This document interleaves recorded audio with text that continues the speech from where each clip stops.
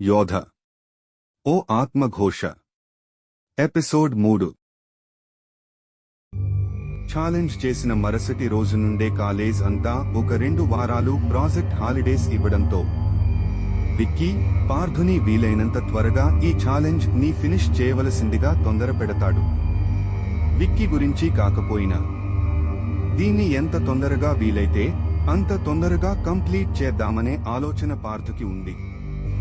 దీని గురించి పార్థు తన ఫ్రెండ్స్ తో డిస్కస్ చేసి విక్కీతో ఛాలెంజ్ చేసిన ఆ మరుసటి రోజు సాయంత్రమే అక్కడికి వెళ్లడానికి ప్లాన్ చేస్తాడు.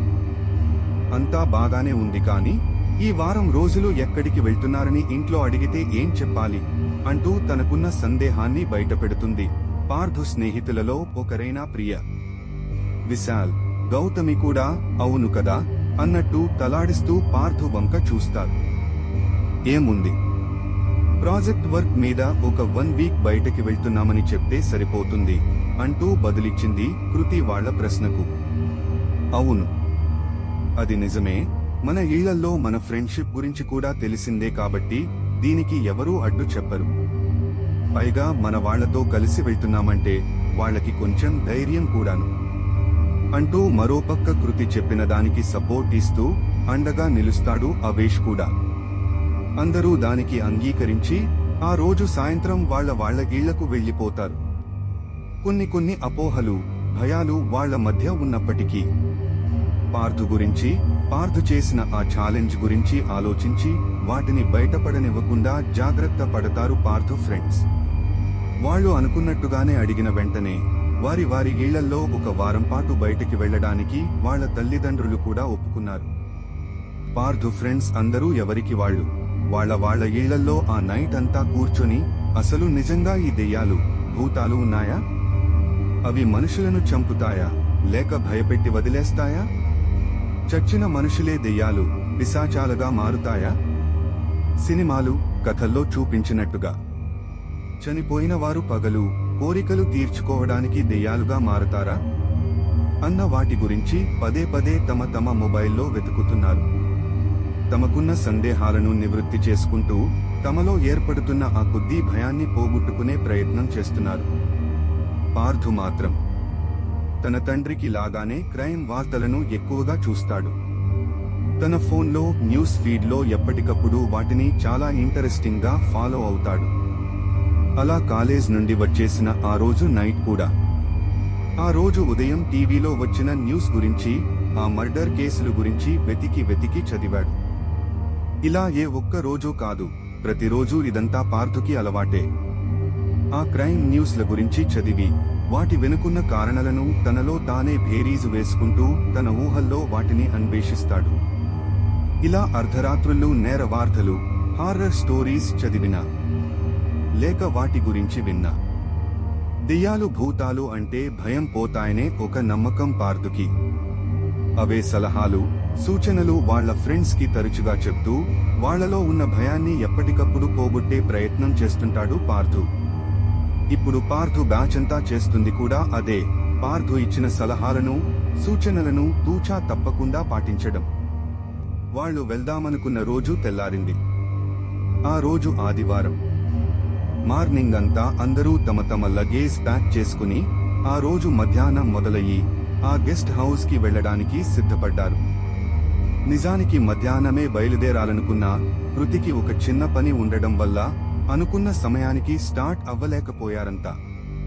అప్పటికే విక్కీ పార్థుకి ముందే చెప్పాడు, ప్రస్తుతం వీరున్న చోటు అదే సిటీ నుండి ఆ గెస్ట్ హౌస్ కి వెళ్లడానికి సుమారు 4-5 గంటలు సమయం పడుతుందని, ఎందుకంటే అక్కడికి వెళ్లే దారి రాళ్లు రప్పలతో నిండి నిర్మానుష్యంగా ఉంటుందని, అడవులు, కొండలు దాటుకుంటూ వెళ్లాలని. కానీ పార్థు దానిని పెద్దగా పట్టించుకోలేదు. అలా అడ్వెంచర్ గా ట్రావెల్ చేయడమంటే కూడా పార్థుకి బాగా ఇంట్రెస్ట్, ఆపై మరింత ఇష్టం కూడాను. పైగా సొంత కారే కదా, ఎప్పుడైనా ఎక్కడికైనా ఎంత దూరమైనా వెళ్ళొచ్చనే నిబ్బరం తనకి. చివరికి విక్కీకి సమాచారం అందించి ఆ గెస్ట్ హౌస్ డీటెయిల్స్ తీసుకుని ఆ రోజు సాయంత్రం సుమారు 6 గంటల ప్రాంతంలో వారికున్న ఒక జీపులో బయలుదేరి వెళ్లారు వారంతా. సిటీ దాటున్నంత సేపు అంటే అలా చాలాసేపటికి, దాదాపు 10 గంటలు ఆ సమయం వరకు వారి ప్రయాణం ఏ ఇబ్బంది లేకుండా సాఫీగానే సాగినా.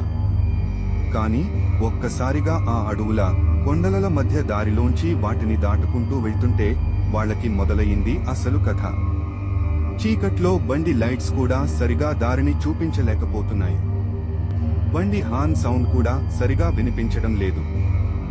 ఏమేం అడ్డు తగులుతున్నాయో, మరేమేమి వాళ్ళని అనుసరిస్తున్నాయో వాళ్ళకి అర్థం కావడం లేదు.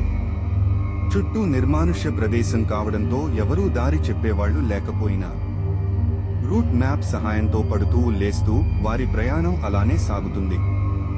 అలా అడవుల్లో దాదాపు 1 గంట సేపు ప్రయాణించిన తర్వాత చూస్తుంటే చుట్టూ పక్కల అసలెవరూ లేరు. చెట్లు చేమలు తప్ప. ఇప్పుడు గనక ఏదైనా అయ్యి టైర్ పంచర్ అయ్యిందే అనుకో, మన పరిస్థితి ఏంటో అంటూ అసలే నోటి దురద ఎక్కువున్న అవేష్ అంటుండగా, అతను అలా అన్నాడో లేదో ఒక్కసారిగా ట అంటూ పెద్ద శబ్దం. వారు వెళ్తున్న ఆ జీప్ కాస్త గాడి తప్పి పక్కనే ఉన్న ఒక చెట్టుని ఢీకొట్టింది. కారు నెమ్మదిగా వెళ్తుండడంతో అందులోనున్న ఎవరికీ ఏమీ కాలేదు. కిందికి దిగి అది పంచర్ అవ్వడం వల్లే అలా జరిగిందని తెలుసుకున్న వాళ్ళంతా, అది నోరా లేక మూసినదా? అలా అన్నావో లేదో ఇలా జరిగిపోయింది. అసలేం నోరు రా బాబు నీది. అయినా ఇంత నెగటివ్ థాట్స్ ఏంట్రా నీకు? స్టెఫిని ఉంది కాబట్టి సరిపోయింది, లేకపోతే వీడన్న మాటలకి మన పరిస్థితి ఏంటో అంటూ ఒకరి వెనుక ఒకరు అవేష్ పై తిట్ల దండకం మొదలెట్టారు. ఈ రోజు మొదలు మనమందరం ఇక్కడ నుండి మళ్లీ బయటకి వెళ్లవరకు నువ్వు నోరు తెరిచావో నీకుంటుంది అవేష్ అంటూ అవేష్ పై కోపంతో రగిలిపోయింది తన గర్ల్ ఫ్రెండ్ ప్రియ కూడా. ఎందుకంటే వీళ్ళు అక్కడికి రావడానికి, ఆ చిక్కుల్లో పడడానికి కూడా కారణం అవేసే కదా మరి. అదే అతని నోటి దురుసే కదా మరి కారణం అన్నింటికీ. అందుకే అవేష్ కూడా వాళ్ల మాటలకు ఏమీ అనలేక అలాగే మౌనంగా ఉండిపోయాడు. ఆపసోపాలు పడి చివరికి ఎలాగో వారితో పాటు వెంట తెచ్చుకున్న స్టెఫిని మార్చారు వాళ్ల కార్కి. అలా మళ్లీ వారు మొదలవ్వబోతుంటే ఆ కార్కి అడ్డంగా ఒక పెద్దాయన చేత కర్ర పట్టుకుని, బొడ్డు కింద 2 జానాల వరకు ఒక చిన్న బట్ట కప్పుకుని, మిగిలిన బక్క పలచని ఒంటి నిండా బూడిద పోసుకుని, విరబూసిన జుట్టు కురులు, మాసిన గడ్డంతో అవన్నీ మర్రి చెట్టు ఊడల్లా వేలాడుతున్నాయి. మొహం పీక్కుపోయి, కళ్ళు లోపలికి పోయి, పెదవులను కప్పుతున్న బీర మీసాలతో చూస్తుంటే ఒక అఘోరని తలపించేలా ఉన్నాడు అతను. ఆగండి ఆగండి అంటూ అతగాడు వాళ్ళు వెళ్తున్న కారుకి అడ్డుపడ్డాడు. వీక్షించినందుకు ధన్యవాదాలు. తరువాయి భాగం రేపు వస్తుంది. సబ్స్క్రైబ్ చేసుకుని వేచి ఉండండి.